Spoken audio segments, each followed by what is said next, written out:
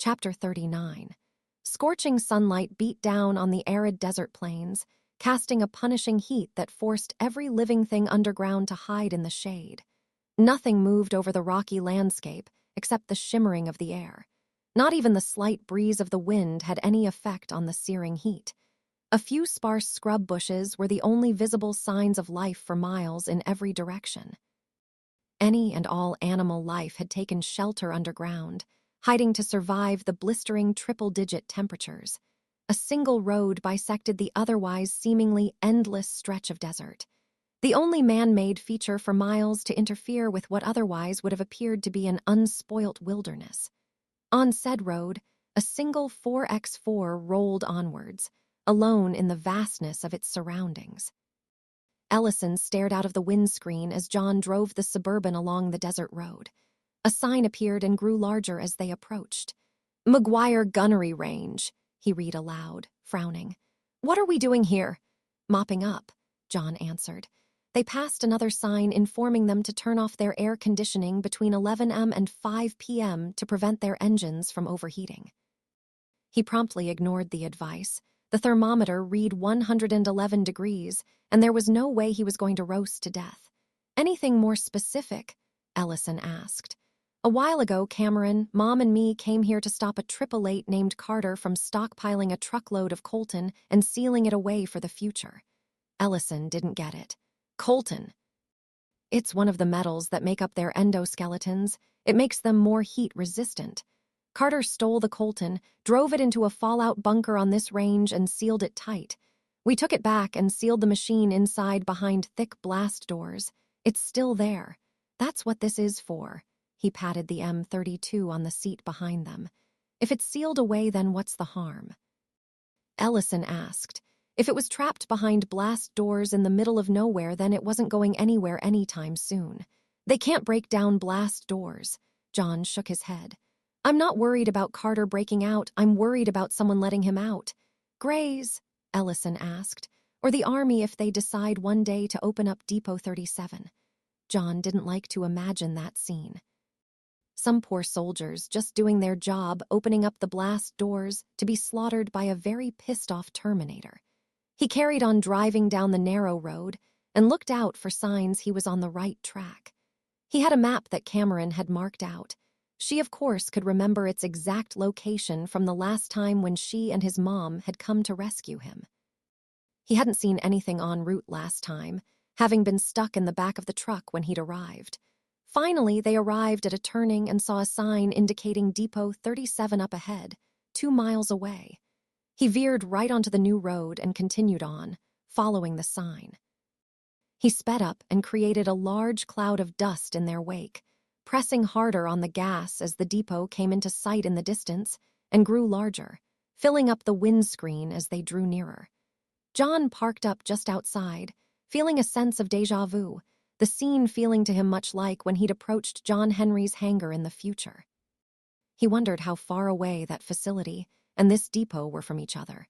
The distances had seemed larger in 2027.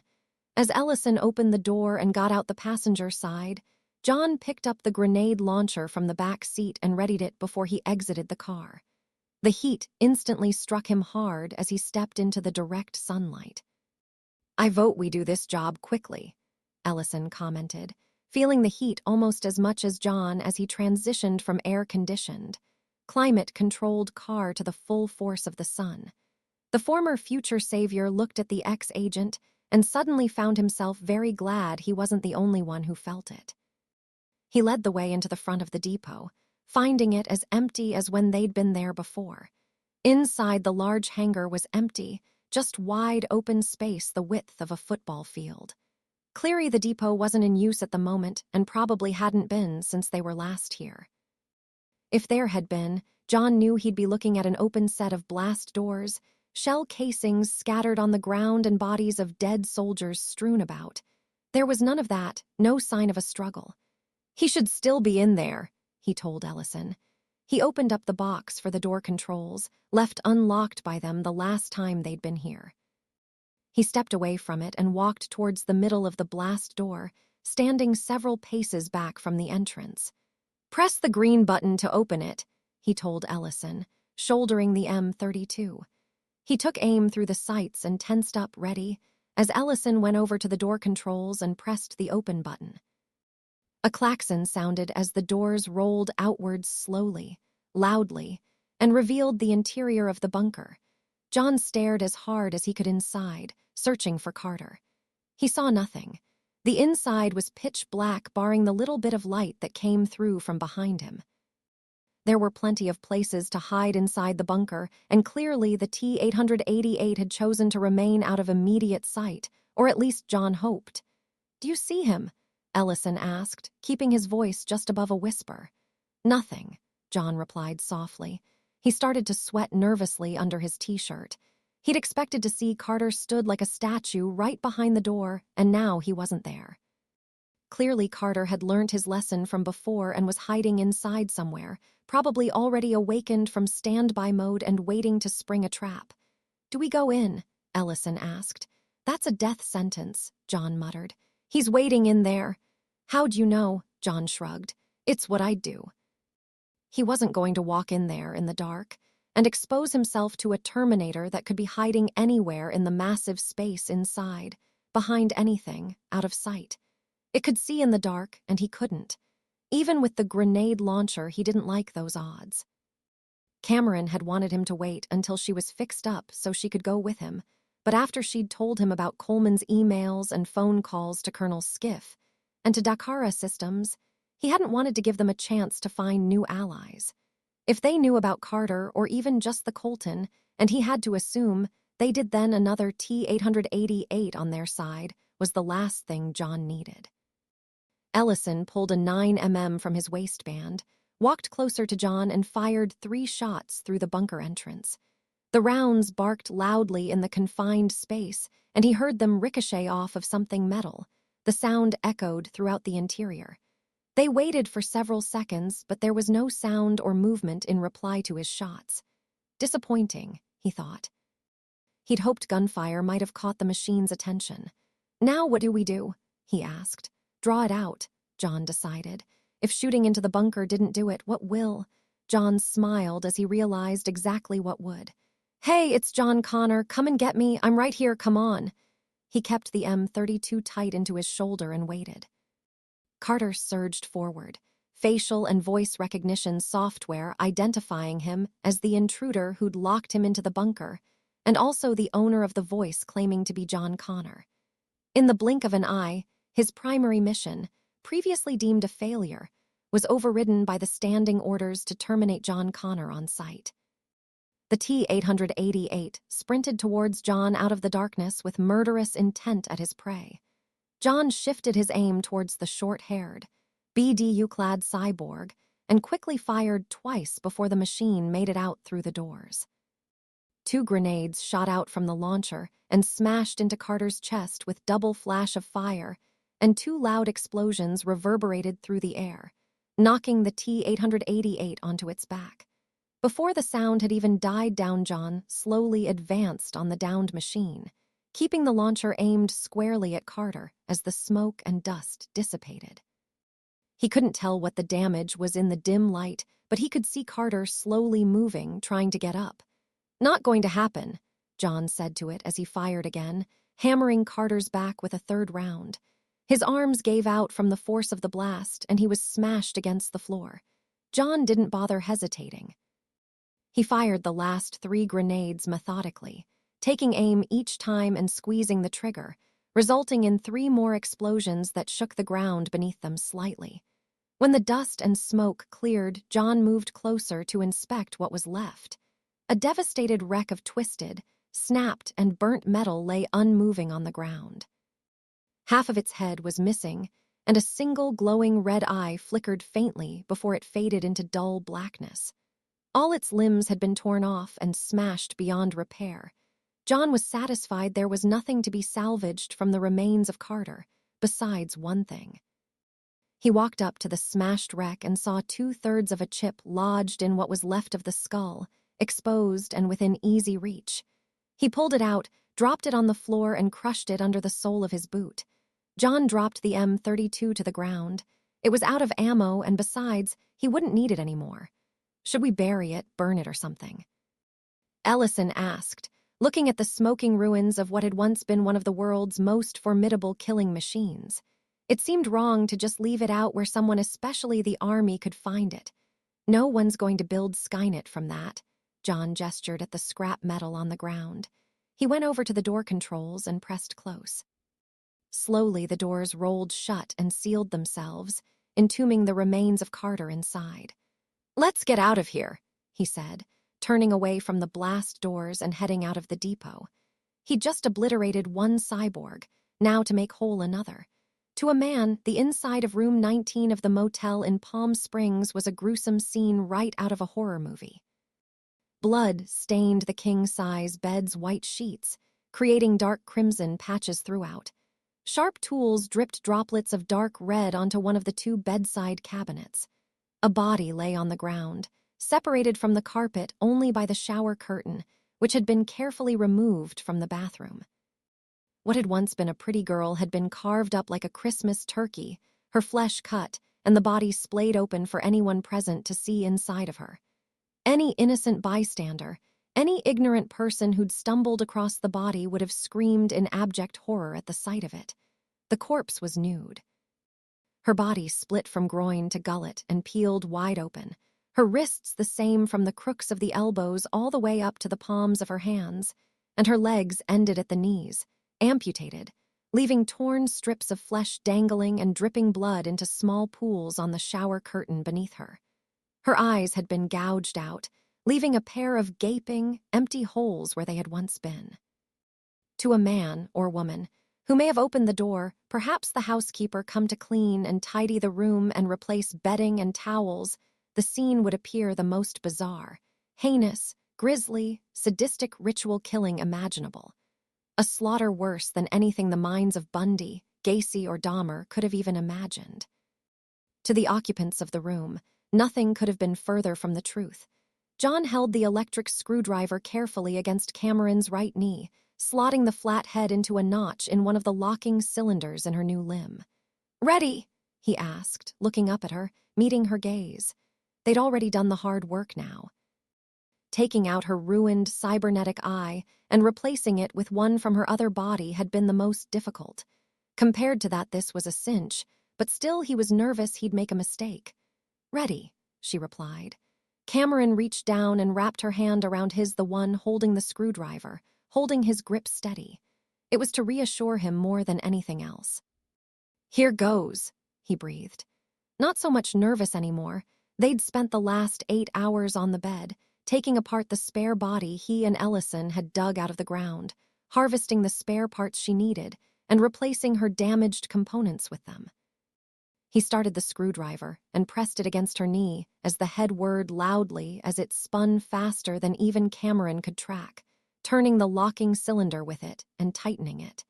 He loosened his grip on the trigger and slowed the rotation, unconsciously not wanting to damage her, despite the fact that intellectually he knew even an assault rifle would barely scratch the hyperalloy. "That's good," Cameron said softly and smiled as the cylinder locked into place, securing the new knee into place. This leg had been the easiest to repair. Her left leg had been so badly damaged that they'd had to disconnect the entire limb from the hip joint and replace it. The right one had been a clean slice just below the knee and had only required removal of the joint, a simpler matter. Terminators, being the most valuable assets Skynet had in its arsenal, had been built not only to be able to repair themselves, but to make said repair and maintenance easy. Repairing a badly damaged limb required only to release the locking mechanisms securing the limb or joint in place, and replacing with an intact part. Replacing her eye had been more difficult, requiring a steady hand from John and her patient, deliberate instructions. He'd been afraid of damaging it and leaving her half-blind until she reminded him if he did go wrong, her body double had a spare eye remaining. The screwdriver stopped as the cylinder locked fully in place, preventing the power tool from spinning anymore. John pulled it away and placed it onto the bedside cabinet with the head facing away from them, then stood up, looking down at her, sat on the edge of the bed.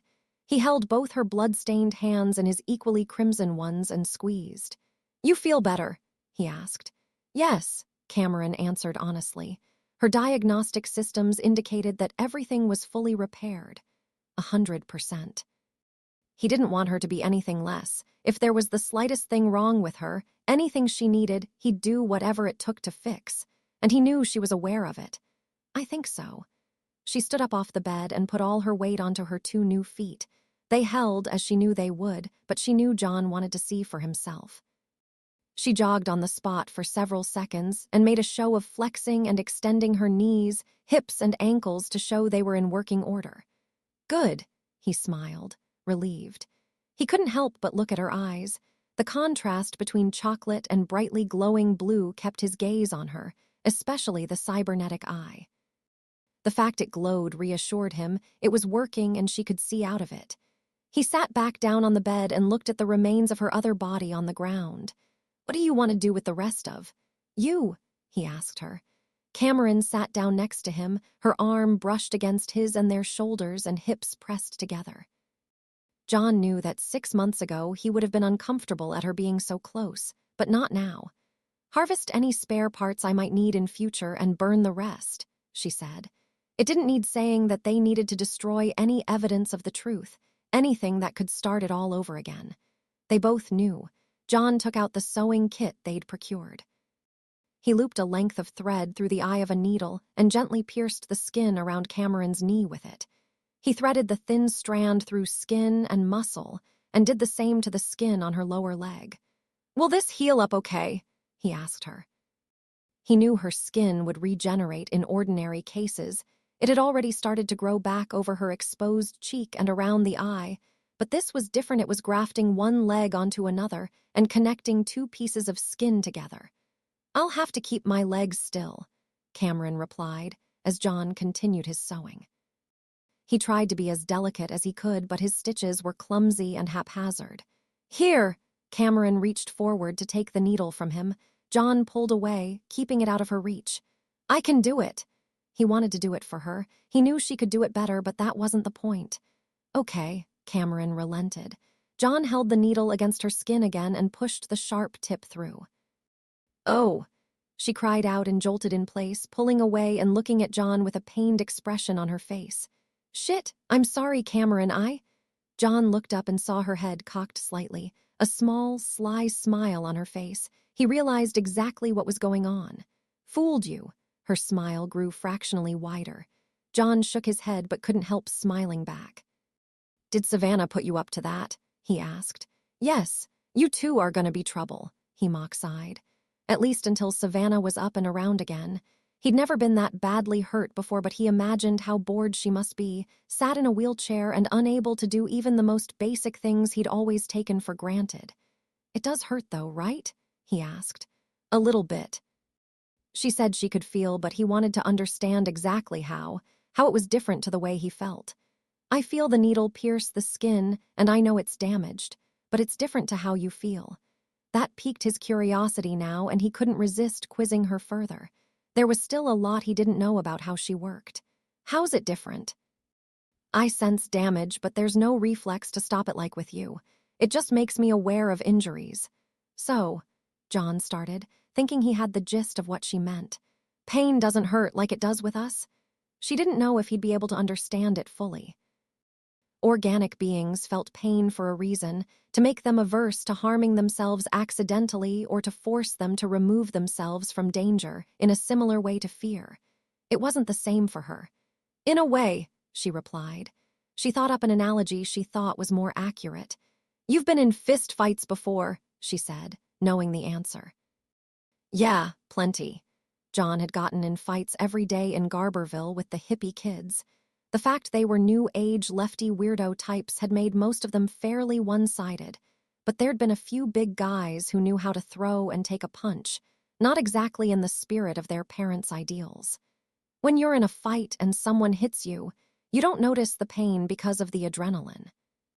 "It's similar to how I sense it. I'm aware of it, but it doesn't affect me." She knew it was a very basic explanation and not precise, but she'd learnt that simple was always better. Cameron let John continue sewing the skin of her upper and lower leg together and patiently sat in place. as he stitched up the lengthy incision along the outside of her thigh on the other leg, where she'd cut all the way down from her hip, and peeled it open to remove the entire leg joint. Pistons and servos had been reconnected, and all that was left to do was the skin. John worked slowly, carefully. He was doing it for her, so he wanted to do it right. Once he'd finished, her body was a mass of burnt skin and stitches. Cameron had cut away most of the blackened skin, and already new flesh had started to grow through. Her face was still burnt bright red, but most of the blisters had started to shrink. She knew her eye would grow back within a week, but for the meantime, Sarah had bought her a pair of sunglasses to wear if they went out in public. None of it mattered to her, or to John, though. He was just glad she was okay again. He lay down on his back on the bed, and a moment later she leaned back and joined him. Months ago, when they'd laid on a bed together, he'd been uncomfortable with her so close, their bodies touching on the small single mattress he'd had back then. Now it was a double bed in their motel room, and they had plenty of space, but they still remained in contact in the center. It didn't just feel comfortable now, it felt natural to John. He reached down his side until he found her hand and entwined his fingers with hers. Their palms pressed together lightly, and he leaned his head towards her. Cameron did the same until they faced each other. "They're still out there, aren't they?" he said to her. "The Greys, the guys who hired Danny and Knowles and built Skynet, they could start it all up again, couldn't they?" "It's possible," Cameron replied. It wasn't likely, however. Before erasing all the data pertaining to Kaliba, she'd memorized details of accounts and facilities tied to the company, as well as personal bank accounts in the names of the surviving Greys. She'd emptied all the accounts, both personal and business. They had nothing left. "I'm looking for them," she added as she rolled her head slightly towards him, inching their faces closer together. "I'll find them." John looked up at the ceiling as he felt the warmth of her forehead against his. He leaned into her slightly and closed his eyes. He breathed in slowly and felt himself starting to relax just a little bit. There were still Greys out there, still loose ends that needed to be taken care of, but for now they could take a little time to rest and recover, to let their wounds heal before they moved on. While John rested, Cameron's mind was hard at work. After reducing Kaliba's assets to crippled, debt-ridden disasters, she turned her attention to locating the Greys. She'd learnt all of their names from Skynet's database in the Kaliba complex, but she knew that after the attack, it was likely the surviving founders of the company were in hiding. She operated under the assumption that they had assets she didn't know about, potentially even new identities, but that they would continue their mission to create Skynet. Their best chance to do so would be through the U.S. military, and Colonel Skiff was in charge of the Air Force's AI acquisition project. He was her lead. She scoured his emails and saw one to Coleman's address and smiled slightly. Good, he was still contacting the Greys, but there had been no online reply. Instead, she perused through all the data she could find regarding the colonel until she found his cell number. She scoured through his records of sent and received calls, and concentrated on those made after the email he'd sent to Coleman's address. She found 7 received calls since the time and date of the email and traced their owners, identifying all but one of them, which was an unregistered cell phone on a pay-and-go contract. "I have them," Cameron announced. John's eyes instantly snapped open, and he immediately turned onto his side and propped himself up on one elbow, looking down at her with the same determined stare she recognized when he'd resolved to rescue Sarah and little Savannah. "Where are they?" "I'm trying to locate it," she said. She had the number and the phone was on, meaning she could trace it, but she needed to triangulate its exact position. The same as she'd done in Regent Burke's office, Cameron accessed satellites in orbit and used them to interrogate cellular towers throughout the United States. Within seconds, she'd narrowed it down to California as she locked onto the first cell tower, then Los Angeles County as she got the second. "They're in Compton," she told John. "I have the address."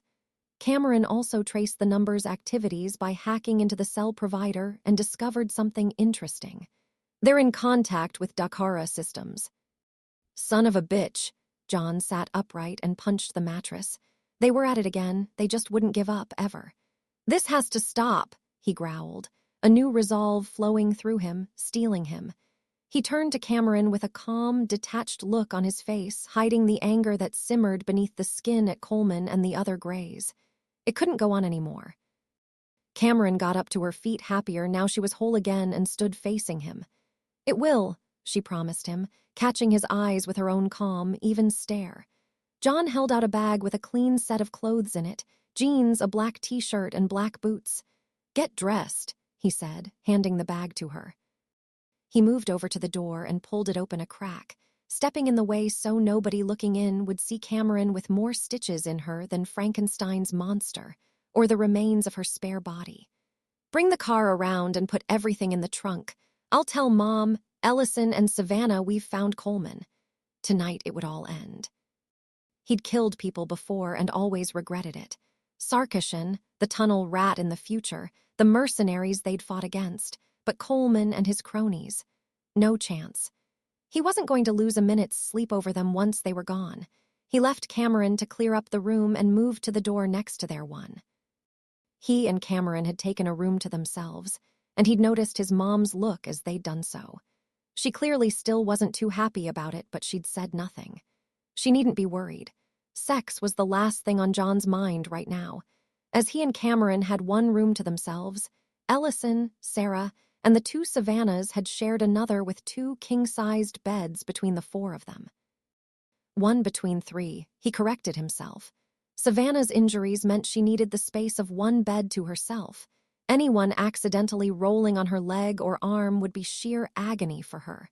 Whatever arrangements they'd made in the room, he knew they were all cramped and impatient, and eager to get the hell out. He knocked twice, and in seconds it opened up. He stepped through, past Ellison, and walked into the room. Sarah sat on a chair, and both Savannahs, little and big, were on one of the two double beds, the latter still in plaster cast. The wheelchair was folded up against the wall, and unless someone got it out for her and brought it to the bed, she was immobile. "Cameron found the Greys," he said as Ellison closed the door and shut them all in the motel room. "We're going after them." "Where are they?" Sarah asked, already getting up out of her chair. She couldn't help but wince as the movement pulled on her stitches and made the wound burn. "Compton. We're moving out now, should be able to get there in a few hours, then we'll deal with them." "Got a plan?" Ellison inquired. John just shrugged. "We kill them." That earned a small grin from Savannah. "Simple," she said. "I like it." "We're not killing anyone," Ellison protested suddenly, causing 3 pairs of eyes to glance at him in confusion. "They deserve it," Savannah growled. "We can't let them live," Sarah added. "They won't stop, they'll keep trying." She thought back to Winston. She had to kill him twice to stop him, and he'd just been a hired gun for Kaliba. The top guys from the future, Coleman and Co., would be even worse. Ellison just shook his head adamantly. "Nobody is going to die." He flicked his eyes towards little Savannah before he turned to her. "Nobody," he repeated. She'd not long been told. She'd lost her mother, only months after her dad had been killed in a helicopter crash. He didn't want her exposed to any more death. Savannah caught on to what he meant and instantly regretted saying anything, knowing she'd probably just added another item to the pile of things that could make the little girl as fucked up later in life as she was.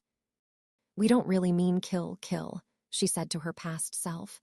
"You know when your mom and Day say they're going to kill someone, but they don't really mean it." "Right," John added, also understanding.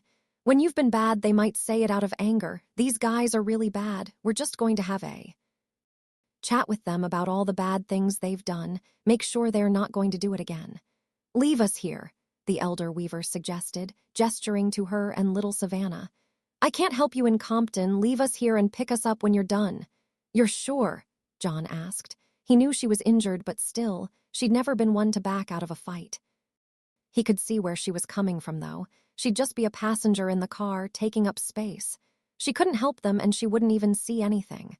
Sarah was still wounded, but she could drive at least. Right now, as much as both he and he knew her hated to admit it, she'd be little more than a fifth wheel on this mission. "Yeah," Savannah said. "She can keep me company." Sarah couldn't help but smile a little at the thought of Savannah hanging out with herself.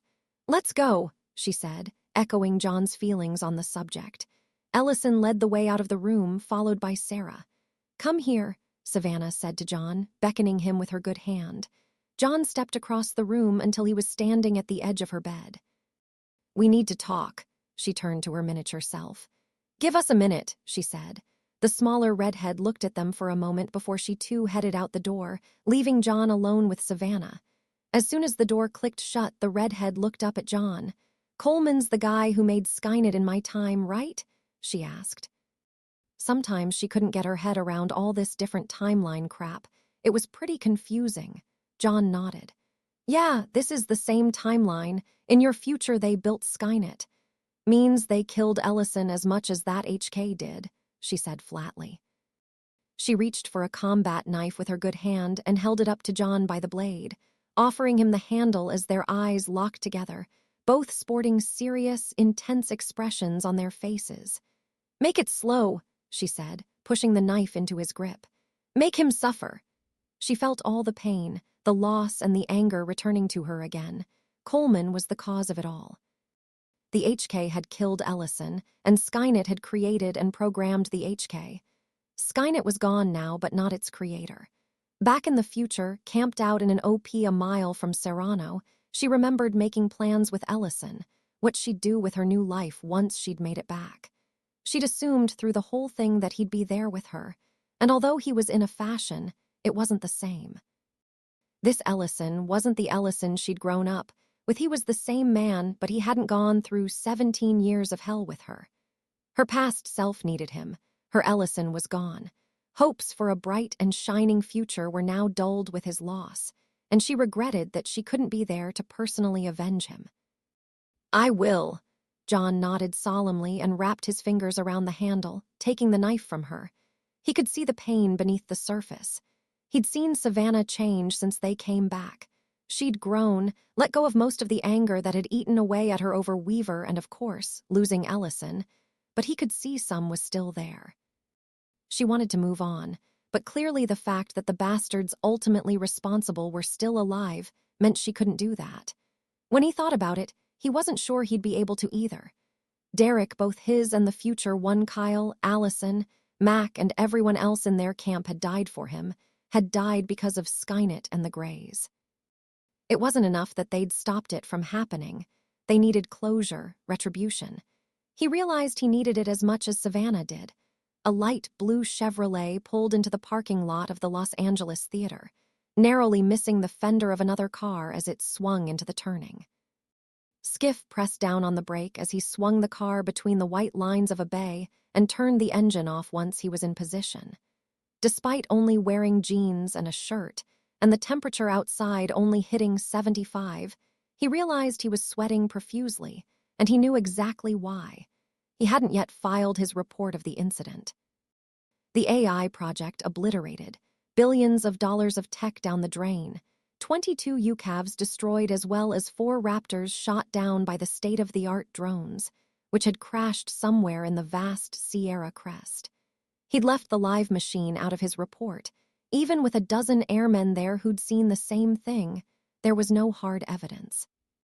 The dead machine had just been an empty metal shell, nothing worth studying and not enough to prove what he'd seen.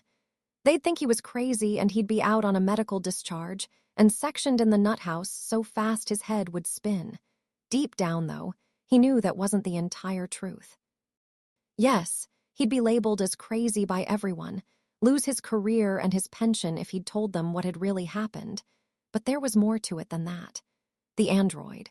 Just thinking back to the ravaged face of the machine, dark gray, blood-stained metal exposed beneath the skin.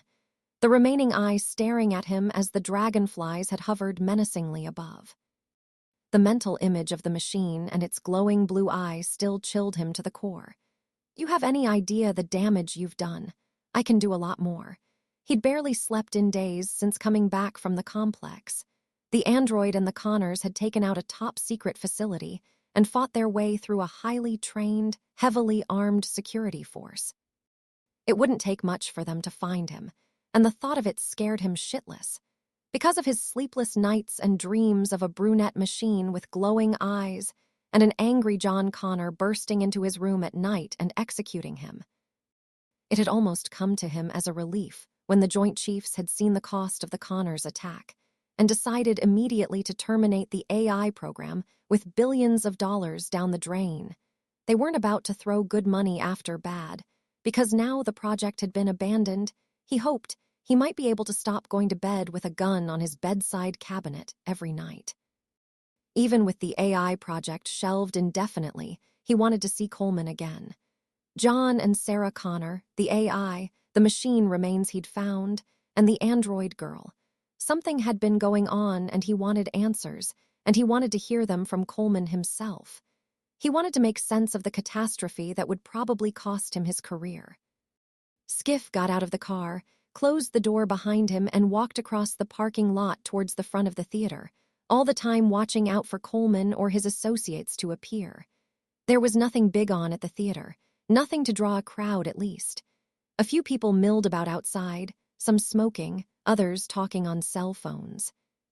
He stood on his own next to the front wall, ignoring the smokers and the chatting groups, and swept his head from left to right, again looking for any sign of them. "Where the hell are you?" he muttered. He had no idea what they were playing at, why Coleman was being so secretive, but it wasn't a good sign. He was hiding from something, probably from the Connors and their android. The group had attacked, very successfully, their facility, and he reckoned they would probably come to mop up what was left. Skiff decided he didn't particularly care what happened to Coleman now. He just wanted some answers, some kind of reasoning behind everything he couldn't piece together. He wanted the truth. Computers were a mystery to Savannah Weaver. She'd used them before, of course, long, long ago when she was a child. She remembered the games online she'd played, and that she'd used them at school. The last time she remembered being on a computer, she'd been caught by her teacher, chatting to John Henry. After the bombs fell, there was no power, no internet, and so no computers except maybe in government facilities before they'd either been overrun or simply ran out of electricity to run them. The last time she'd used a computer had been with Ellison, weeks before they'd found John. Though ripping the insides out and lighting a small bonfire within the confines of the casing probably wasn't what its designers had had in mind when they'd manufactured the thing. Now she sat in an internet cafe adjacent to the motel they were staying in, seated at a desk with a flat screen in front of her, a mouse and a keyboard, and little idea of what to do. She glanced from the corner of her left eye at her younger self, taking up the seat next to her and looking intently at the screen. Of course, when she was a kid, she, like other children, had taken to computers like a duck to water. Now they were foreign to her. "Do you want me to help?" little Savannah asked. For a moment, she found it tempting to let her miniature give her a hand. "I'll be okay. Have you got the money?" she asked. "Sure." The little redhead pulled out a $20 bill from her pocket that Ellison had given them just before they'd left. "Go and pay for a couple hours on this thing, can you?" "Can I have a Coke?" the younger asked. "Only if you get me a coffee large," Savannah replied. She watched her younger self go up to the counter and hand the guy manning the desk the money and ask for their drinks. "We'll need chocolate to go with that," she shouted out to her double. One thing she remembered well from the past, one thing she'd looked forward to ever since the possibility of coming back had entered hers and Ellison's mind, was eating all the things she hadn't done in years, one of them being chocolate. She turned to the computer and with her good arm worked the mouse. It didn't help that she had to use her left to control it, and she was right-handed. It made what was already an awkward task even more difficult. It didn't matter, she thought. She'd adapt. She hadn't survived nuclear war and global genocide against people, brought John back and prevented the birth of Skynet, just to be beaten by a PC.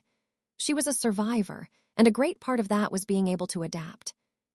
And she knew that she'd have to adapt again, learn to live in this new world, and that meant learning how to use a computer.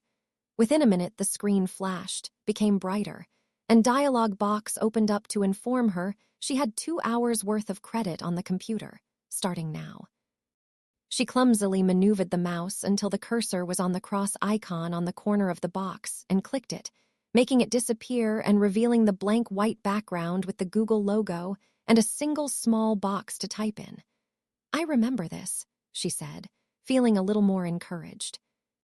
She thought back to her discussion with Ellison, laid on their bellies beneath a tarp, overlooking Serrano Point and being pelted with constant rain. He'd been afraid for her in this new world, what she'd do with herself. She recalled her telling him her ideas for what she might do with the rest of her new life, and slowly, using only the forefinger of her plaster-encased hand and arm, typed one key at a time. Police careers. The screen changed and revealed a long list of results, causing Savannah to blink and sit back slightly in her wheelchair. "Over 100 million results," she muttered, taken aback at the multitude of sites there was. 100 million. How the hell did Cameron do this so quickly? She'd seen Cameron search for and find what she wanted online in only seconds and wondered how she could do it. Unperturbed, she skimmed over the results on the first page and saw plenty of articles about police recruitment and an official LAPD recruitment site. She shook her head, not what she wanted. She'd spent most of her life post-J-Day out in Mexico, in the countryside, the desert, and out in the open, isolated and away from civilization. She'd also spent plenty of time in cities, though. Cancun, San Diego, and Los Angeles among them, and she'd decided a long time ago that she much preferred small towns in the country to big cities. She wasn't comfortable in LA. She hated the size, how crowded and busy it was. She could see why Sarah liked it. It offered anonymity to a person who just wanted to keep their heads down and blend into a crowd. But now, they didn't have to live like that, and she wouldn't. She scrolled down and found a number of other police recruitment sites as well as news articles and newspaper columns on careers in the police. None of it was what she wanted. Little Savannah returned with a can of Coke for herself and held out a large cup of steaming coffee to her. She took it with her good hand and put it on the desk. It was too hot to drink right now. "Thanks," she said, as the smaller Weaver sat on the swivel chair next to her. "What did you get?" She held 2 orange packets in her hand, put one on the table and tore open the other before giving it to her older counterpart. Big Savannah took it and pulled out one of the 3 small chocolate pieces held in a paper cup. With her good hand, she brought one of them to her nose, sniffed the chocolate, and caught a whiff of something she couldn't quite put her finger on. The orange wrapping was familiar, but she couldn't quite put her finger on it. "Try it." Little Savannah looked up at her expectantly. She'd bought it especially for her. Big Savannah put it to her lips and sucked it out of the cup, bit into it and held fast as the small treat rested on her tongue, and for the first time in as long as she could remember, she tasted chocolate. The rich, sweet sensation washed over her taste buds, and she couldn't help but moan a little in delight. It took a few seconds for her to realize this wasn't normal chocolate. There was something else mixed in with it. Rich, sticky, not as sweet as the chocolate. Peanut butter cups. She looked at little Savannah as it finally came back to her. The diminutive Weaver nodded enthusiastically as she opened up her own packet and ate one, enjoying the taste but clearly not quite as much as her elder self. Big Savannah continued. "I loved these when I was a kid," she smiled, remembering how her real mom, had bought her one a week as a treat. "I know," little Savannah said, with a glint in her eye that wasn't lost on her older self. Does she know? Big Savannah started to feel slightly uncomfortable now. She'd never wanted the kid to know about it. She wanted to keep the future a secret, protect her from all that shit now they'd nipped it in the bud. Skynet wouldn't ever wage war on the world, and there was no need for little Savannah Weaver to know the horrors of the future she'd faced, the things she'd seen and had done to her. There was no reason to tell her anything more about the machines than she already knew. "Mommy used to buy me one every Saturday," little Savannah said. "Then she stopped after Daddy died," she added sadly. "She said chocolate's bad for you. She made me eat vegetables." That'll be the liquid metal bitch, Big Savannah thought wistfully, her good fist unconsciously clenching. She remembered that well. One of her weekly treats had been taken away only days after her father had been killed, coinciding with her mom turning cold and emotionless. "What are you looking at?" Little Savannah gazed at the screen and read the different headings for each result. "You want to join the police?" "I'm thinking about it," she said. "Want to help?" Little Savannah took the mouse and clicked onto one of the headings for San Diego PD, opening up onto their recruitment site. She looked at the options and then pressed for information for joining. A list of requirements for applicants came up, and Big Savannah winced as she read it. "Try another one," she said. Little Savannah went back to the search results and clicked onto another site, this one for LAPD. Future Savannah had no intention of joining the LAPD or any forces in the state, even, but it gave her a feel for what they'd all be looking for. The same list of requirements came up. Qualifications she didn't have, an impeccable personal record that one was a problem as she didn't even exist other than as the 7-year-old girl sat next to her, and references to prove character, as well as employment records that she didn't have. "I never graduated from high school," she said, starting to feel dejected. "Or any of that other stuff." Ellison had mentioned putting her through school, giving her a shot at a better life, but now she realized that might well have been a pipe dream. He'd made sure she could read even after J-Day by finding her books. He'd kept her on the ball, and she knew she was far from stupid. But without any real qualifications and her only experience being in fighting, she wasn't sure what she could really do. Her smaller self saw the disappointment on her face, and she felt bad as well. She wanted to help, but she didn't know what to do. Mommy would have known. She was really smart. She'd always known what to do. Then she remembered someone else who was really smart, too. "Ask Cameron," she offered. "She's really smart." She was a robot. She could do anything, right? Little Savannah was sure Cameron could help. "You're not just a pretty face, are you?" Savannah grinned, looking down at her smaller self. Little Savannah had a good point, she realized. They'd need to get new IDs anyway, and she reckoned Cameron would be the best person for the job. Why not throw in a few fake high school diplomas in as well? "When you and Sarah were taken," she changed the subject. Sarah hadn't said what they'd done to her in there, but it couldn't have been pretty. "Did they do anything to you?" Her face fell as little Savannah nodded, a look of sadness and pain coming over her face as she remembered it all. "They hurt us," she said quietly, her eyes starting lowering to the ground. The blank face of the big, bald man staring down at her still scared her. "I don't want to talk about it," she added meekly. Future Savannah grit her teeth and clenched her fist again, angry at what they'd done to a child she saw almost as her little sister now. Assholes. How the fuck could anyone torture a little kid? "Do me a favor," she said, lifting her good leg up out of the chair slightly and twisting her body so her thigh was facing little Savannah. "Get the phone out of there." Without a word of reply, the smaller Savannah complied and pulled the phone out of her thigh pocket. "Get yours out, too." She did just that and handed them both to her elder counterpart. "What now?" she asked. "You put my number into your phone and then put yours into mine. If you need to talk about it or anything else, just call me." Taking both phones, little Savannah typed on the keys with a speed that the elder one had never seen before and thought there was no way she could do it herself.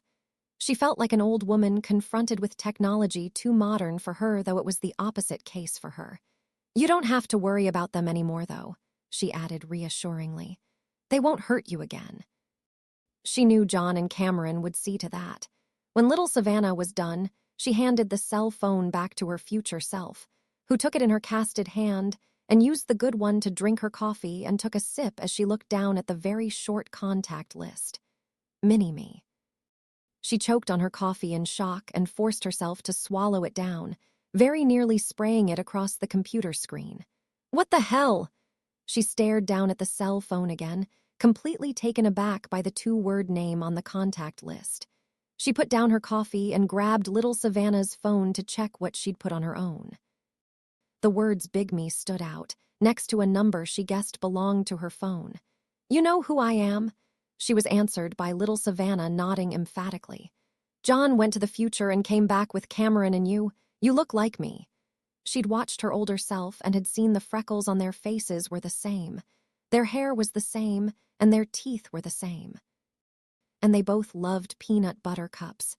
"Why didn't you say anything?" "I don't know," little Savannah shrugged sheepishly. "Don't ever tell anyone," future Savannah told her seriously. Ellison, John, Cameron, and Sarah know, and that's it. Promise me you won't tell anyone, or about Cameron either. No one can know she's a cyborg. I promise, she replied. She didn't know what a cyborg was. She thought it must be another word for robot. Cross my heart. Future Savannah looked down at her and smiled, patting her on the shoulder. Good girl, it'll be our secret. The younger Weaver girl looked up to her older self nervously. She was keeping a secret for the bigger Savannah. Does that make us friends? She asked. The question touched future Savannah. She hadn't been expecting that. Really, they were family, she thought. An insane, messed up family, but still. They didn't really have too many people to depend on. She wasn't sure what to say at first or what she'd be to the kid in future. Yeah, she said. We're friends. She knew her little self needed more than just a friend, needed family more than anything, but she wasn't the best one for the job. She swore she'd be there for the kid, though.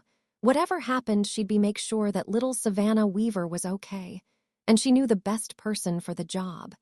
Ellison stepped towards the entrance to the apartment building and held the door open for Cameron, following after her and stepping inside the foyer.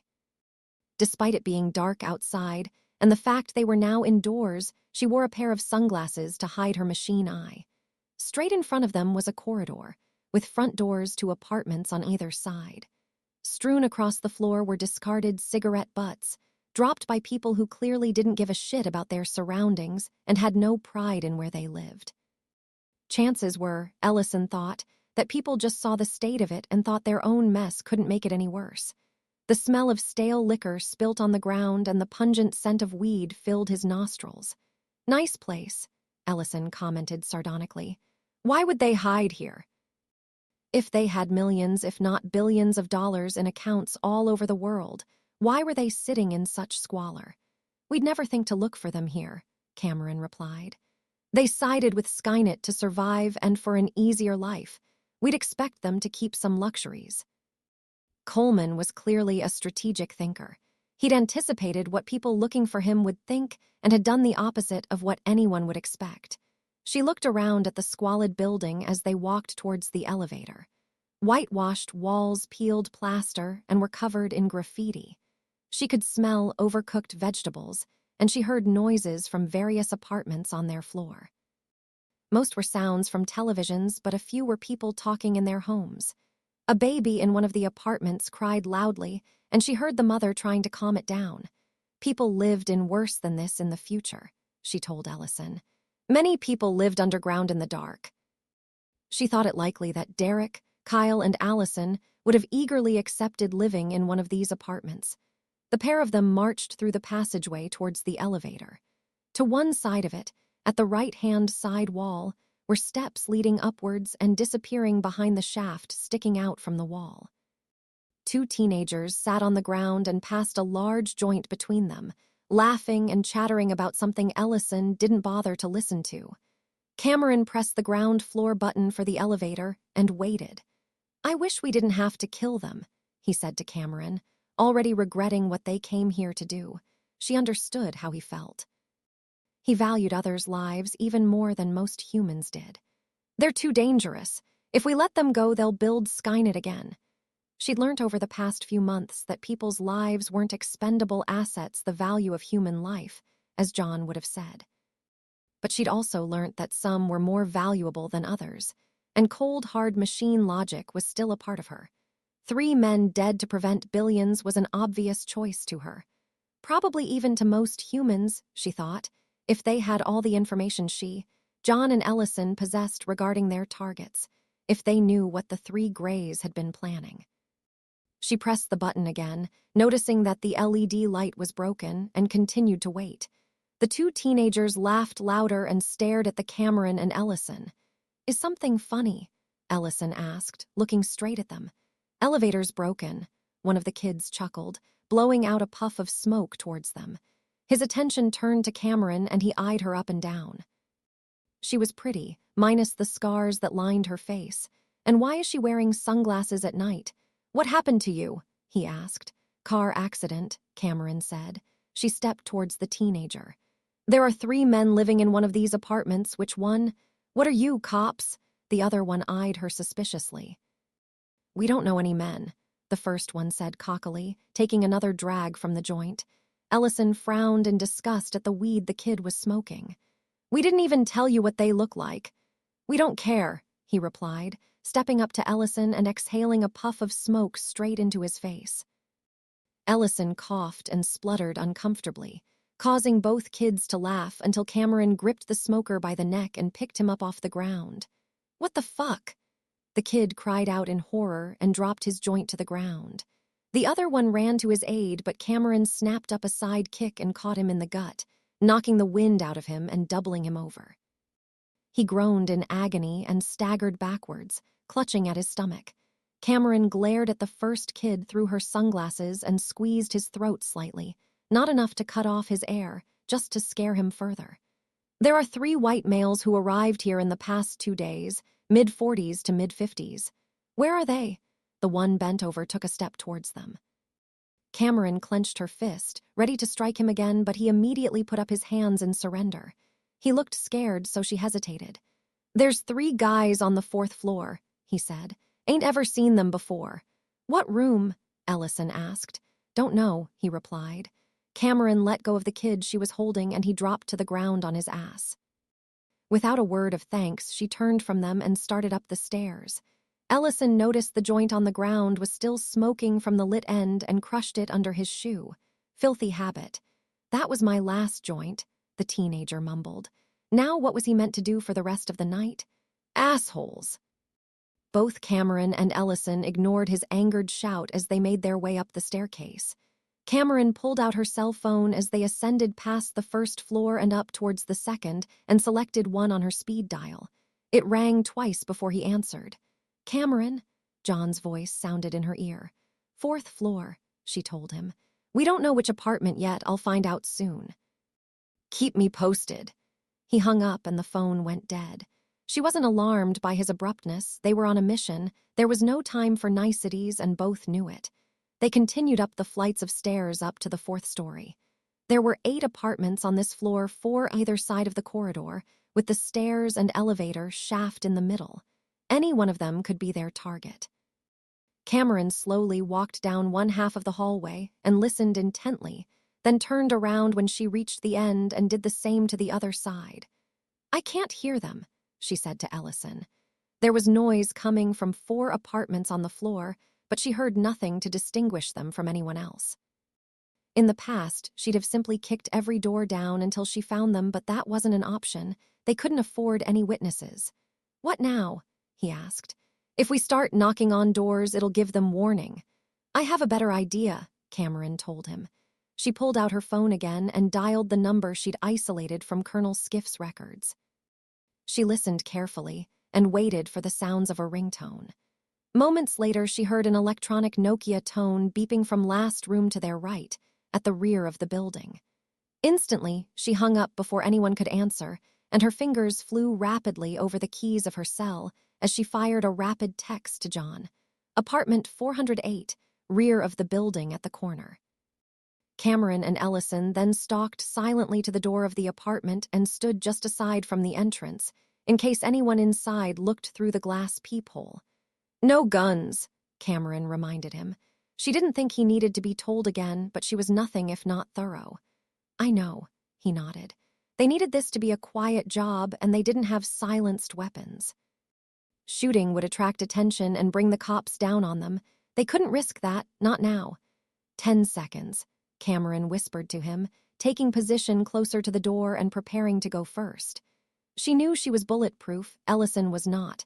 Her hip touched the wall slightly, not enough to make a sound, but enough to press the cold steel of her sidearm against her.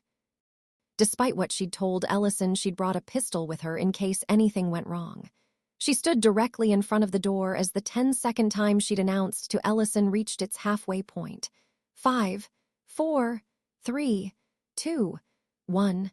With 3 men inhabiting the apartment, the small domicile was uncomfortably crowded. There was only 1 bedroom and 1 couch, meaning one of them had had to sleep on the floor at night. The bathroom had never been in good condition since Coleman had bought the place from the landlord, although its one consolation was the hot water in the shower worked like a charm. Even so, With 3 men regularly using it for all their ablutions, the place had started to develop a musky odor that hadn't been there before. The kitchen's trash can was overflowing and needed emptying, but one thing Coleman had forgotten was extra black bags. Opened food cans were stacked neatly on the sink as well as a pile of plates, and steam rose up to the ceiling from the hob, where Pierce stood stirring 2 saucepans, one full of boiling spaghetti and the other with a red sauce that was supposedly bolognese, according to the jar it had come from. He awkwardly stirred with a spoon, not knowing how long to keep both pans on for. In the future, before he'd been recruited by Skynet, he'd survived like any other member of the Resistance, scavenging, stealing, and foraging for food. Once he'd made his choice, the machines had provided for him and the others, and since coming back in time, they'd lived at first on takeout, then after they'd made the fortunes required, had lived in luxury and had people to cook for them, leaving even a simple spaghetti bolognese a real challenge to him. As he worked on their meal, Townsend typed away at the computer, and Coleman sat next to him with a lit cigarette in his hand, watching as the former worked. "Just got a reply from Dakara," Townsend said happily. "Looks like the Akages are as desperate as they were the last time we spoke. They said they're free to meet anytime this week." "Excellent."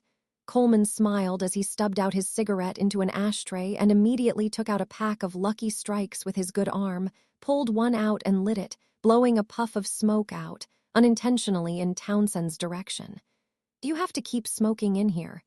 Townsend snapped irritably. "It's disgusting. It's my apartment," Coleman said, uncaring. "I can smoke in here if I want." His comment earned him a glare from Townsend, who was starting to feel really pissed off at his colleague's habits. In the future, he'd briefly worked with Coleman, but hadn't really known the man. He'd never met any of the other Greys prior to their being handpicked and assembled for the mission to the past, and after they'd made their money, they'd all decided to live separately. Now he wished they could still do so. Living with Coleman for even a couple of days was driving him insane. He knew they were all on edge after the attack in the Sierra Crest, which made it all the worse, but still he didn't think he could stand being around the man for much longer. "Fine," he said through clenched teeth. "Can you at least sit by the window or something?" Sighing, Coleman got up, making it seem like more of an effort than it was, and went over to the window.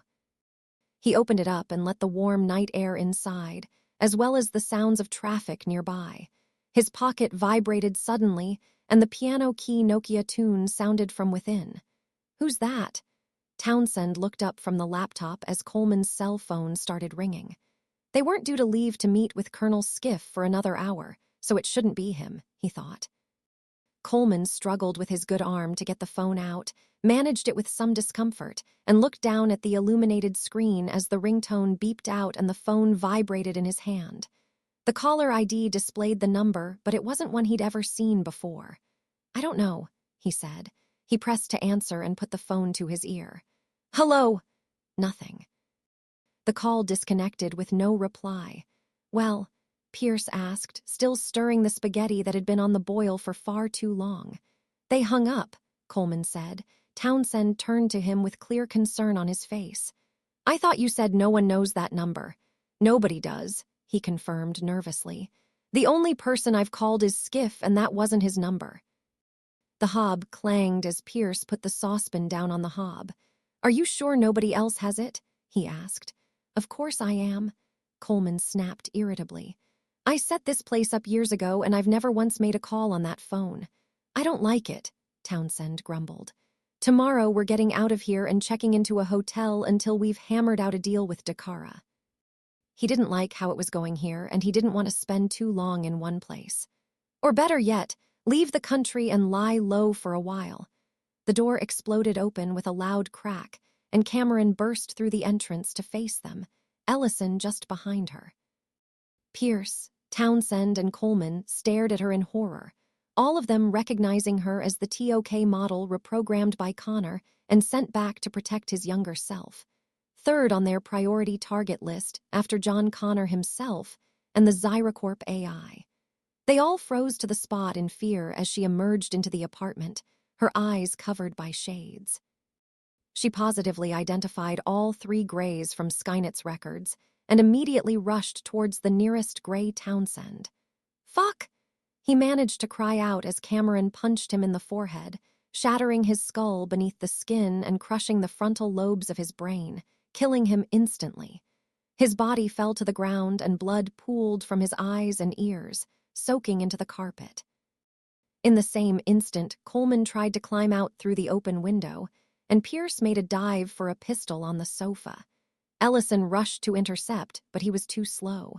So was Pierce. Cameron kicked him in the side and sent him flying against the oven he'd been at moments ago, knocking the saucepans off the hob and straight onto him.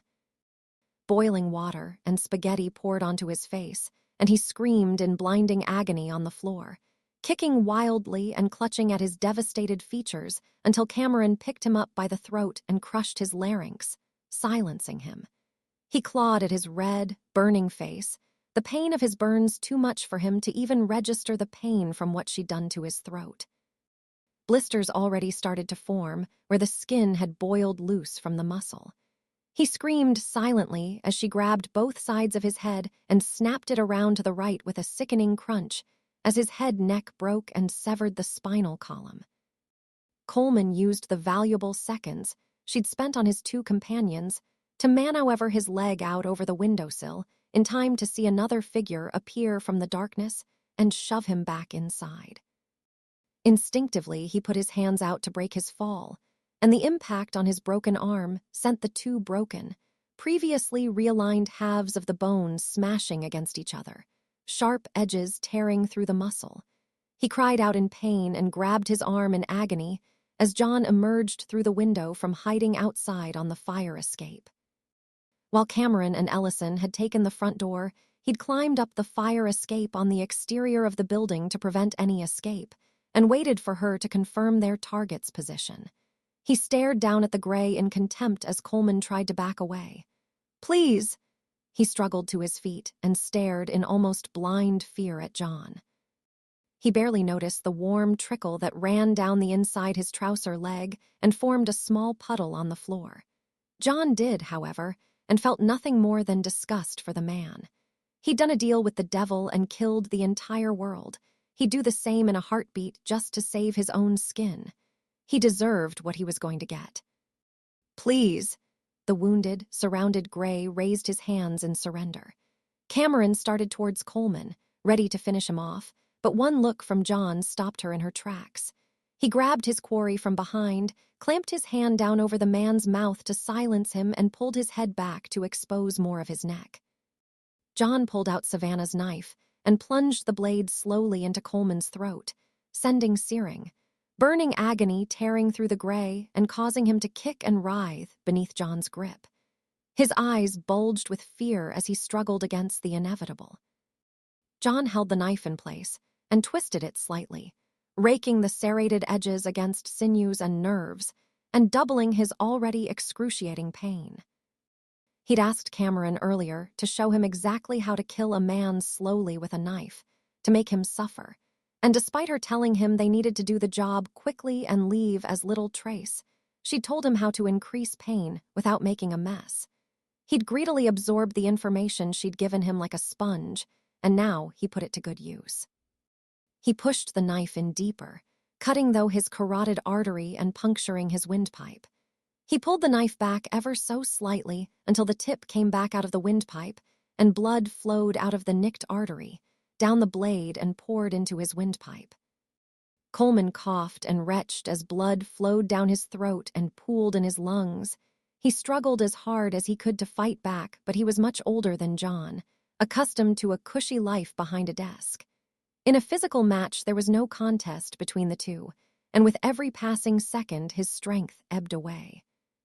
Coleman coughed and tried to suck down air, but only ended up inhaling more oxygenated blood that frothed inside his lungs and came out his mouth in spurts against the palm of John's hand.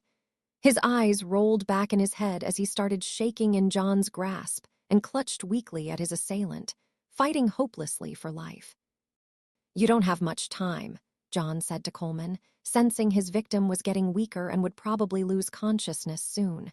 Before that happened, he wanted the bastard to hear something important. So listen to me very carefully. James Ellison, Derek Reese, Kyle Reese, Allison Young, Sergeant Andrew Knowles, Danny Dyson, Charlie Dixon. You killed them. There were countless others. Everyone in Derek's group who he'd only known for a brief time, and the billions of others who'd suffered and died in the future. They might have prevented it in this timeline, but to him, to Cameron, and to Savannah it still happened. She'd had her childhood, her family ripped away from her indirectly because of Coleman. If they'd never come back then, Weaver's ruse wouldn't have been necessary. I'm going to have to see their faces when I close my eyes for the rest of my life, he muttered to the older man. I watched them die and I have to live with that in my head. I want you to think about that for a moment, for your last moments. Think about the people who died, afraid, starving, and screaming because you only cared about number one. I hope it was worth it. John ripped the knife out as hard as he could and tore Coleman's throat out with it. The gray tried to scream, but all that came out was a sickening liquid gurgle. He dropped to the floor and convulsed for several seconds as more and more blood erupted from his wide-open neck and now completely severed carotid. The pool of crimson grew wider and wider, too thick to be soaked into the carpet all at once. Finally, he stopped convulsing, twitched once, twice, and stopped moving altogether. Mike Coleman, human leader of the Greys and the man behind the Kaliba Group, indirect murderer of untold millions, was dead, and with him the last trace to Skynet. Check this out. Ellison held up a clear plastic folder filled with documents. He opened it up and pulled out bank account statements, forged passports, credit cards, technical data, and memory sticks he assumed held more data regarding to Skynet. This has got to be the last little bits of Kaliba, he said. He perused some more and found details pertaining to a company called Dakara Systems. Cameron glanced at it, took it out and held it out to John, who took it with bloody hands. He also took the laptop and saw on one of the windows they had up was the CNN website, highlighting an article on the increased tensions between the US and Russia, debating how far it would go. Not far, Cameron answered the online question, reading over his shoulder. How'd you know that? Ellison asked. I'm working on it, Cameron replied cryptically. Skynet started the crisis between the US and Russia. She determined to end it. She noticed a cell phone on the sofa and picked it up. She unlocked the keypad and scrolled through the small list of contacts, noting Dakara Systems and Colonel Skiff were among them. She selected the latter's number and pressed to call. Coleman. Skiff's voice sounded in the earpiece, sounding slightly distorted by the phone. Coleman can't come to the phone right now, she said ominously. Jesus, it's you. What do you want? Cameron saw John looking at her questioningly, and she silently mouthed Colonel Skiff. He nodded and left her to it, trusting she knew what she was doing. You've spoken to Coleman again, she said, adding a slight edge of scorn in her voice very deliberately. You're trying to resurrect the Skynet project. That's strike one. You won't get another chance. She heard him breathing down the phone, and she couldn't be positive, but she thought he sounded nervous. I don't need one, he shot back at her. The Skynet project's a bust. No more AI program. You and the Connors killed it. Check the news if you don't believe me. Cameron already knew the project had been shelved by the Joint Chiefs, but she wanted to make sure it remained that way. Using her ability to peruse the World Wide Web, at will she'd easily found a great deal of information about Skiff, information she decided to use to her advantage. How are Deanna and Elizabeth? She asked him, citing the names of his wife and daughter. Does Deanna enjoy teaching English at Burbank High School? She ensured the tone of her voice conveyed her meaning. She knew his family, who they were and what they did, and she could find and get to them whenever she chose. Stay away from my family, Skiff snarled. If you touch them, I'll... You can't stop me, Cameron interrupted him. You know what I am, what I can do. What do you want? He asked with a resigned sigh. Have you filed your report to your superiors yet? No, Cameron smiled in satisfaction. Good, don't mention me or any other machines in your report. I'll know if you do. She paused for a moment before adding, I don't want to hurt your family, but I'll do whatever it takes to protect mine.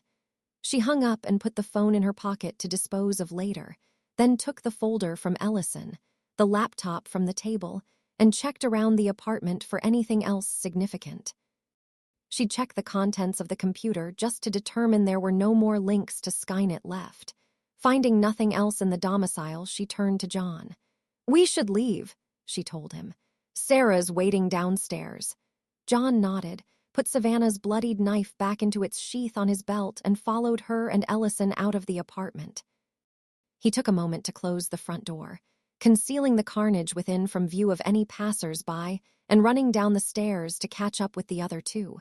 They left the building and turned left, headed for the corner of the block where their Suburban sat idle. John pulled the door open, and Sarah immediately looked right to him. Her eyes opened wide, and she stared in shock at the sight of his blood-stained shirt. "Are you hurt?" she asked, unable to look away from the blood and fearing the worst. "It's not my blood," John replied as he slipped into the front seat. Ellison and Cameron took the seats behind. Sarah breathed out in relief and switched the engine on, pulled out from the curb and sped up, driving away from the scene. "We're okay, too," Cameron chipped in. Sarah almost rolled her eyes but stopped herself. "I'm glad to hear it," she said sincerely. She'd made a promise to John she'd try and accept how things had gone between him and Cameron. After all he'd been through, he deserved some happiness, and although she didn't like it, he seemed to get that from Cameron. And after what John had told her about Cameron allowing Skynet to erase a large part of her to keep him safe, to beat it, she realized she could hardly begrudge them. Did Cameron really love John like he did her? Could she, even? She knew that to do what John wanted, to try and accept their relationship, she had to give Cameron the benefit of the doubt. She took the next right and continued north, back to the motel to pick up the two Savannahs. "We need to get out of LA as soon as possible," she said. "The FBI and the police will still be searching for us. We need new IDs and find somewhere to hide." "No," John straightened up in his seat. He'd had enough of it, and he hadn't done all of this just to have to live under the radar again. "I don't want to spend the rest of my life looking over my shoulder." "We shouldn't have to," Ellison agreed. It wasn't right that after all they'd fought for, they should still be on the run forever. He and Savannah, both little and large, could probably live okay. The feds would be all over him like a rash, but they had nothing solid against him, so eventually they'd leave him alone. "I can delete all records from the police and FBI database, but they'll have files on paper," Cameron said. "We should leave the country." "They'll be expecting us to cross into Mexico," Sarah disagreed. "And there's no way we'd get through airport security." "North, then," John said. He looked back to Cameron and remembered something she'd said a long time ago. "Canada." Cameron smiled, surprised John remembered her recommendation to move to Canada. He hadn't listened to her back then, or he hadn't seemed to be. "It's supposed to be nice this time of year." "This is it." Skiff took a deep, apprehensive breath in and held it as he knocked sharply on the office door in front of him. He clutched tightly onto a white envelope in his hand, his nervous sweat starting to transfer onto the paper. He'd waited for hours by the LA theater, stood around awkwardly until midnight, and tried to call Coleman half a dozen times before he'd given up and gone home. He'd wanted answers, to find out the truth behind everything, to find out exactly what these androids were and where they came from. It had been 3 days since then, and even more phone calls and 4 emails later, he'd still heard nothing. He'd visited Coleman's home, but his housekeeper had said she hadn't seen or heard from him in nearly a week. Coleman and the other Kaliba execs had disappeared off the map. None of the people they'd airlifted from the Sierra Crest knew a thing either. He hadn't got his answers, and now he knew he had to face the consequences. "Come," the expectant voice of his commander, Brigadier General Rimfree, sounded from the other side. Exhaling, Skiff opened the door and passed through the threshold. General Rimfree was a small man, thin-looking, not the kind of picture that Joe Public imagined when they imagined military top brass. Being inside, he had no covering on his head, and his shiny, balding pate was in full view, a victim of the unstoppable male pattern baldness. "Skiff, sit down," he gestured to the chair in front of his desk. Without a word of reply, the colonel did just that. "I've read your report," Rimfree started. "Kaliba's AI was wiped out by Sarah and John Connor.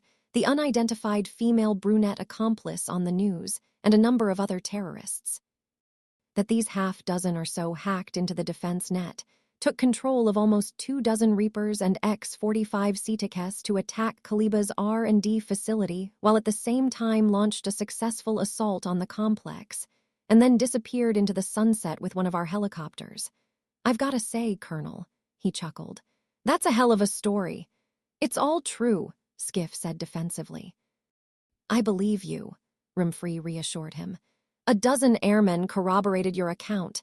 He picked up a handful of reports all written by his airmen, testimonies confirming Skiff's story. In fact, they all said the exact same thing, word for word practically. He was surprised to receive such identical accounts of what happened. Normally, there were some discrepancies, but these were so similar it was hard to believe they were written by 12 different people. You didn't influence their reports in any way, did you? Because it seems to me there's something missing. Skiff shook his head and looked calmly at Brigadier General Rimfree straight in the eye. No, sir, he lied. I told them to say exactly what happened. He had, however, expressly forbidden the mention of any android or other AI in their reports.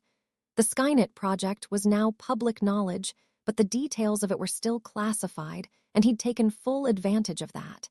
He'd briefed the airmen prior to the mission on a need-to-know basis, and told them to forget they'd ever seen any android. He only wished he could do the same himself.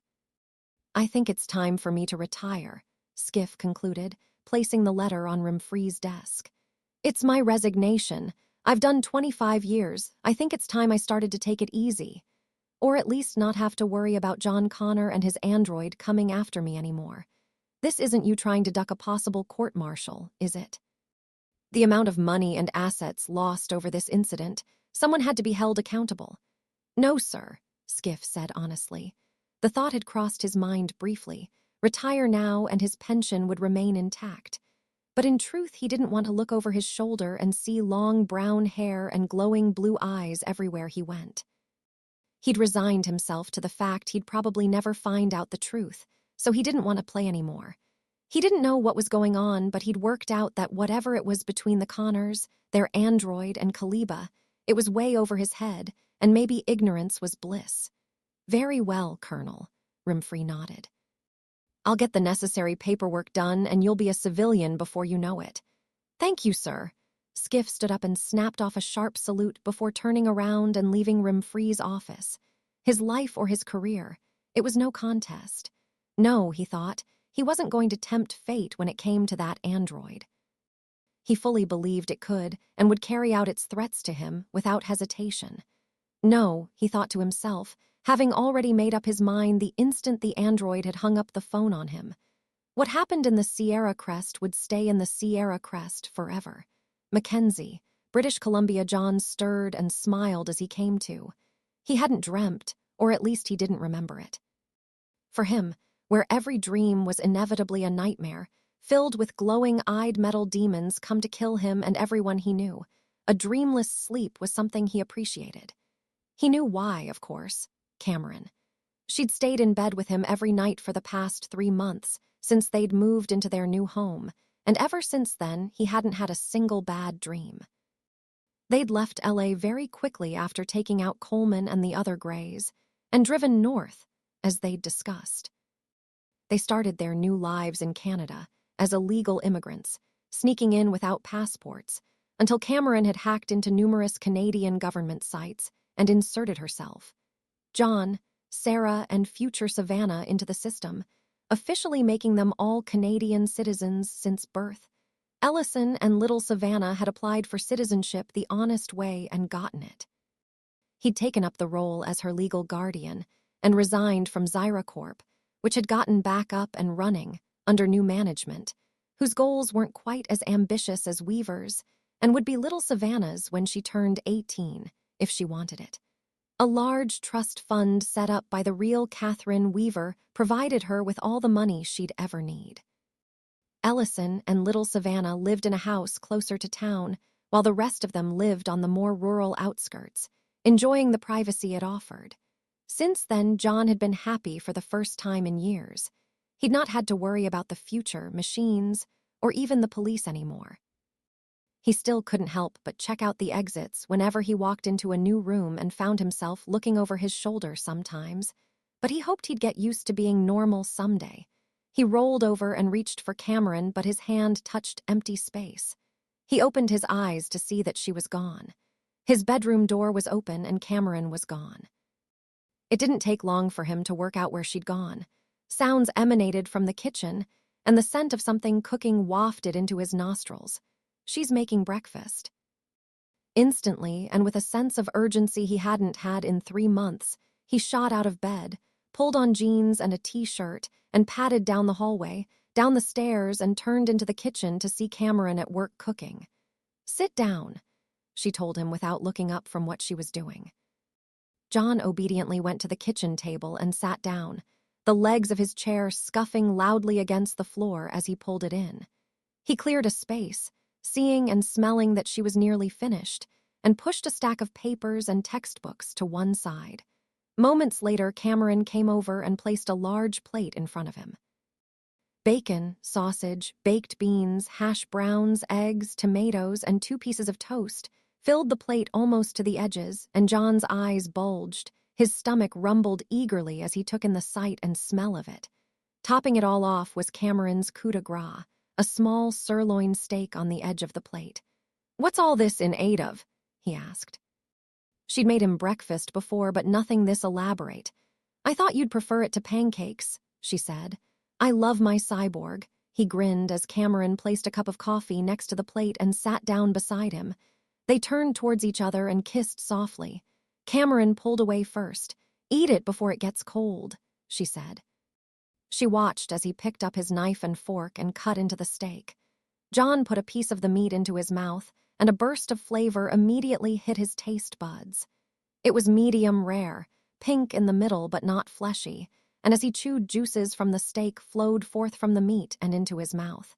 He didn't know what kind of seasoning she'd put on it, but he didn't really care.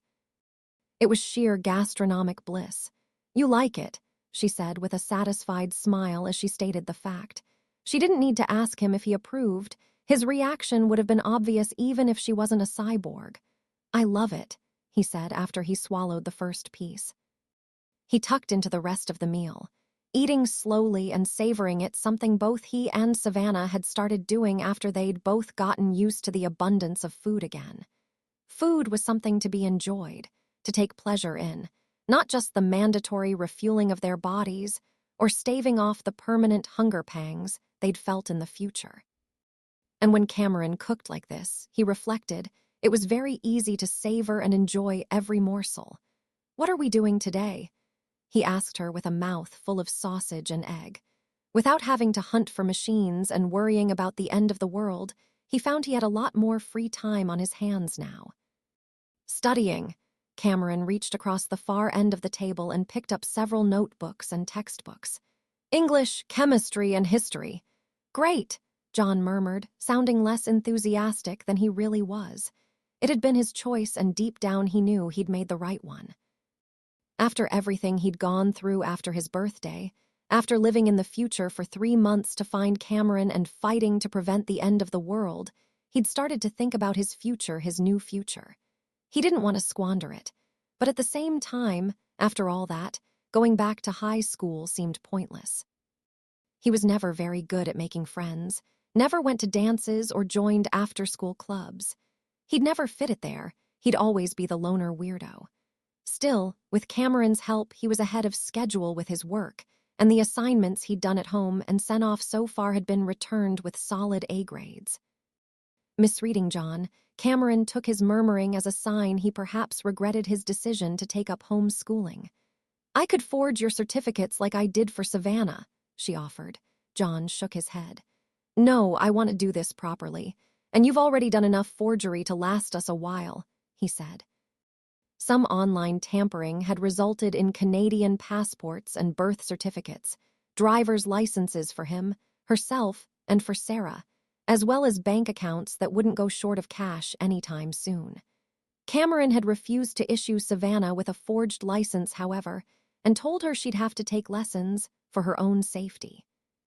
"More than you think," Cameron said, as she took yesterday's newspaper from the far edge of the table and placed it on the other side of John's plate. She opened it to a page displaying a photo of Obama and Medvedev shaking hands and signing a document. He skimmed over the headline, and the first few lines of text enough to see. It was an article regarding them signing an agreement to limit the number of nuclear weapons each country possessed. The tensions between the US and Russia had abated, fizzled out almost as quickly as they'd started, with a large payment from the US Treasury to the Russian Federation and the families of the deceased and wounded sailors, followed by a humbled apology. Both had been completely out of the blue amid all the grandstanding and refusals to apologize, which John figured was justified as neither side was really at fault. "Did you have something to do with this?" John asked, cocking an eyebrow suspiciously. Cameron had done some serious hacking in the past, and it wasn't long after they'd killed Coleman that all the talk of conflict had died down without further incident. In the photo, he saw Obama hiding a look of strain. The man didn't appear very comfortable at all in the picture. "Obama didn't make the apology or pay any compensation," she admitted. "You did," John realized, more forgery on her part. He looked at the photo of the ill-at-ease president and couldn't help but shake his head and chuckle. She'd said she'd sort it out. No wonder he doesn't look happy. She heard noise from outside, and in microseconds she identified the source of it. 2 people approaching the house. "Eat quickly," she warned him. "They're coming." Too late, the back door opened up loudly and Savannah burst through into the kitchen, clad in running shoes, shorts and shirt, and sweating profusely. Her face was bright red and she panted hard, sucking in as much air as she could. Moments later, Sarah appeared, dressed much the same and looking even more exhausted than Savannah. "How was the run?" Cameron asked them. "Bad," Sarah gasped. She went to one of the cupboards, took a glass out and filled it up with water from the faucet. She gulped half of it down in one and splashed the rest on her face, which was so red that John half expected the water to hiss and evaporate into steam. "Savannah kicked your ass again," John smirked. "She's a freak," Sarah panted as she refilled her glass again. "She just doesn't get tired." Savannah shrugged noncommittally. "You're just old," she said, recalling how she'd said something similar to Noel's on the mountain plateau. She nimbly ducked a wet dishcloth that flew at her a moment later and missed her by an inch, instead hitting the refrigerator. "No more age jokes," she said, pointing a finger at Savannah. "She's got a point, Mom," John said. "Savannah's 10 years younger and she's from the future." She was used to pushing herself past normal limits of her endurance. Running for her life was the norm for her, so it was no big thing for her to go all out. She was running for sport. John knew his mother had always been obsessive about keeping fighting fit, and she'd worked out relentlessly almost every day for as long as he could remember. But Savannah was something else. "I will beat you one day," Sarah said to Savannah. Once they'd set themselves up in Mackenzie, Savannah had, with her miniature self's help, fulfilled her promise to her Ellison and started to make a life for herself. She'd put in an application to join the Royal Canadian Mounted Police, and weeks later, barely 5 minutes after the plaster casts had been removed from her arm and leg, had she started training to get fit again. She'd taken up running with Sarah almost every morning, and it had quickly turned into a daily competition. At least in Sarah's eyes it was. "If you say so," Savannah shrugged. Sarah had come close a few times, but close was no cigar. No matter who won, she found it a good workout, and their contests had been part of the reason that only a few weeks ago she'd outrun all the other candidates on the RCMP fitness tests, putting even one of the instructors to shame. Savannah raided the fridge and opened up a carton of orange juice, not bothering with a glass and gulping it straight down. Sarah had gotten used to that when Derek was with them, so it didn't really bother her too much that Savannah had no table manners either. She turned her attention to John as he happily munched on his oversized breakfast. "What are you doing up so early anyway?" she asked her son. John's mouth was full, so he simply pointed to his breakfast. "I see," she said warily. Cameron indulged him a bit too much sometimes, she thought. What made it worse was that, although she'd never say it aloud, Sarah had to privately admit that Cameron was a better cook. John never said anything about her cooking, but she'd noticed how his face lit up when Cameron said she was making dinner. Still, she thought, at least there's one worse cook than me. Savannah had tried a few times and nearly burnt the house down. So Sarah could take solace in the fact that even though she feared she might never outrun the future survivor, she was still the best human cook in the house. "I'm gonna grab a shower and head to work," she said, heading out of the kitchen and out of their sight. "You have a letter," Cameron said to Savannah and handed her an envelope. "The mail arrived when you were running." Savannah took it from her and tore it open. She pulled the note out and read quickly, her eyes darting from left to right across the page and a smile spreading across her lips as she did. "It's from the mounted police. I got in," she said happily. "I start training at the end of the month." "Congratulations," Cameron said. She liked Savannah and was glad she was happy, knowing the loss she'd suffered in the future. She'd of course overheard the conversation between Ellison and Savannah the night they'd infiltrated Serrano Point and knew they'd discussed her future. She knew Savannah sometimes still went off alone to grieve and think about him. Succeeding in fulfilling her promise to Ellison would help her cope with the loss. "Who'd have thought we'd have a cop living with terrorists?" John said ironically. If anyone had said it before, he'd have laughed himself half to death. "Nobody would look for us in a police officer's house," Cameron added. It was unlikely anyone would ever find them after all her creative forgeries, but Savannah's choice of career did offer some extra benefits to them. If someone figured out who they were, she might be able to give them advanced warning. "We should do something to celebrate," John said. "How about we all go out for dinner tonight? We'll get Ellison and your twin out, too." That is, he thought, if I'll even be hungry by then. He was barely halfway through the breakfast Cameron had made him. It was so big it could probably last him the whole day. Savannah nodded her approval as she approached the table. "Good idea," she replied. "But until then." With lightning quickness, she shot out a hand and swiped a sausage from John's plate and ate it in 2 bites before he could react.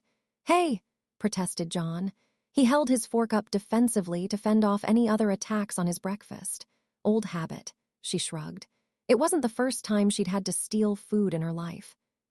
The Mexican soldiers she'd shacked up with hadn't fed her much, and when the moonshine and the drugs had worn off, and she'd sobered up enough to feel hungry, she'd been forced to swipe their rations.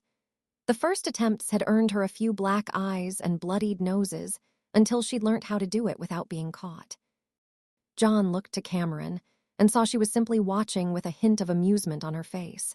He turned his attention back to what was left of the steak and quickly finished it off before she could even think about having any. It was just too good to share. Once he'd polished off the slab of juicy meat, he pushed the plate away, still half full of beans, egg, and half a slice of toast.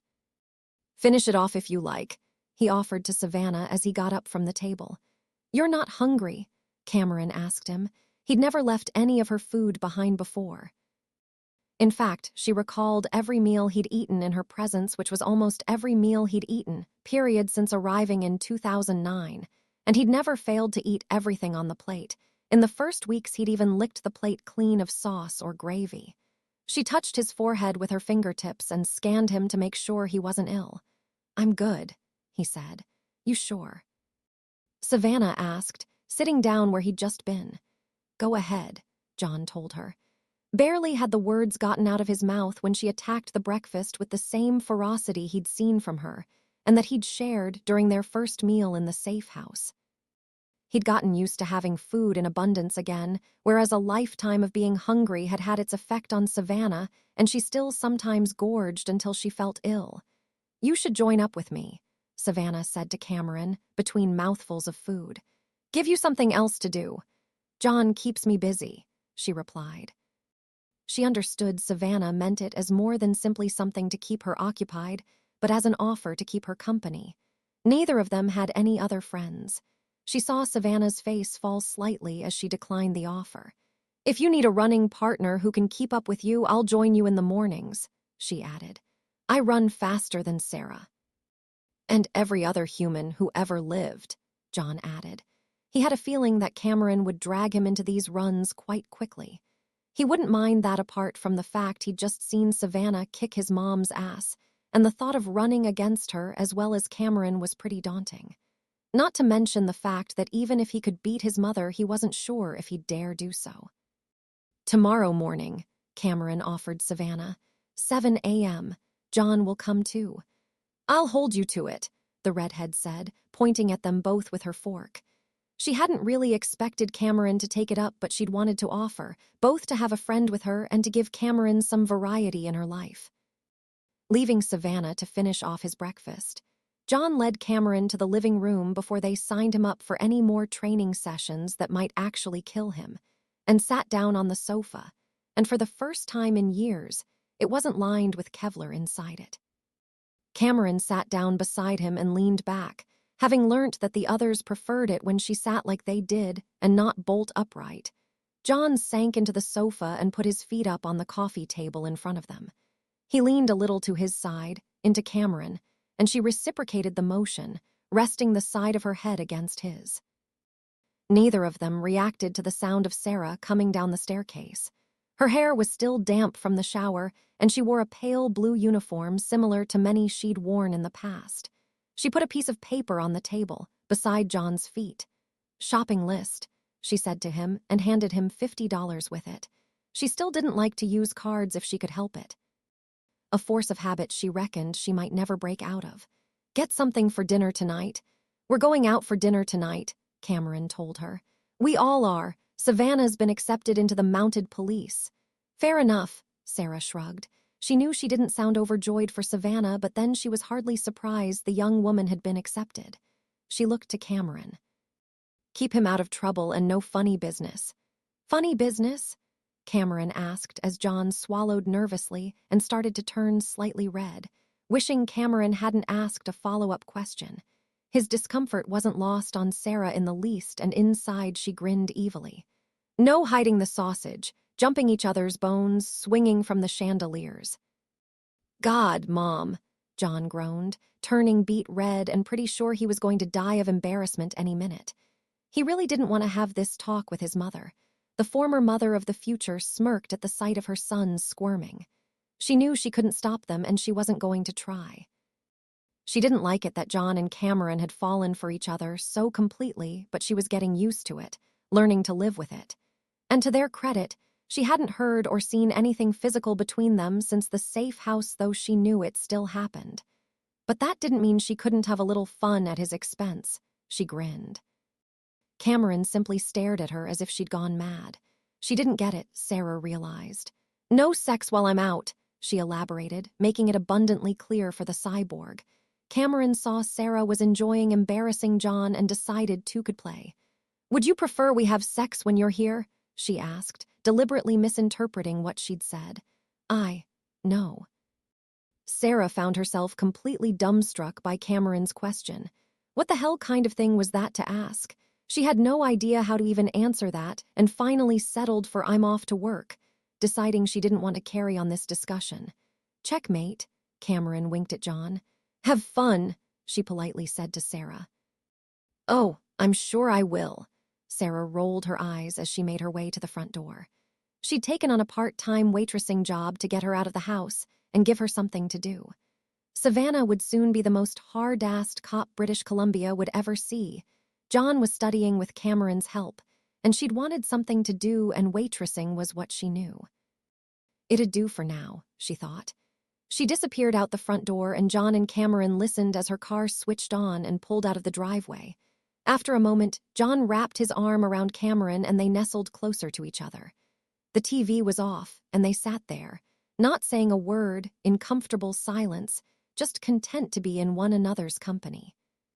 His thoughts drifted to what Savannah had said, and unknowingly to what Sarah had been considering too. "Have you thought about what you want to do?" He'd never asked her before, but now he wondered. "You don't have to be around me 24/7. Cameron turned to look at him, confused. "You want me to leave you alone?" she asked. He'd wanted that in the past, but since following her to the future, he'd been uncomfortable away from her, a feeling she fully reciprocated. "No," John shook his head, realizing he'd worded it wrong and afraid he'd upset her. He tried to explain it better. "What I mean is, Skynet's gone now, there's no mission. Mom's got a job, I'm studying, Savannah's about to become the Canadian Judge Dredd. If there's anything you'd like to do with your life, I want you to do it. Like what? She asked. Well, you're turning out to be an amazing cook. Have you thought about doing that for a living? Cameron looked at him strangely. You want me to be a chef? Only if you want to, John replied. I want you to be happy. If there's something you want to do, I want you to do it. She leaned back into him and nodded deliberately so he could feel it, silently telling him she understood his meaning. I want to be with you, she said simply. She'd told him before because she was a machine she couldn't be happy. Now she knew that wasn't accurate. She was satisfied and content when she was with John. That was what she wanted, all she wanted. John turned his face towards her, leaned forward and closed his eyes as he lightly kissed her. He sighed contentedly, feeling her smile against his lips as she returned the kiss. He didn't need to say he loved her, nor she to him. It wasn't required to say it in words, though he often did to her and vice versa. I want that too, he murmured back against her lips. They'd beaten Skynet together, fought the future and won, and now they had a new one to look forward to. He felt strange, not having a destiny, a fate mapped out for him anymore, but it felt good. He was free now, free to do whatever he wanted with his life. They had a whole lifetime to figure out what to do with themselves. No matter what he did with his life or she hers, they now had a bright, shining future to look forward to together.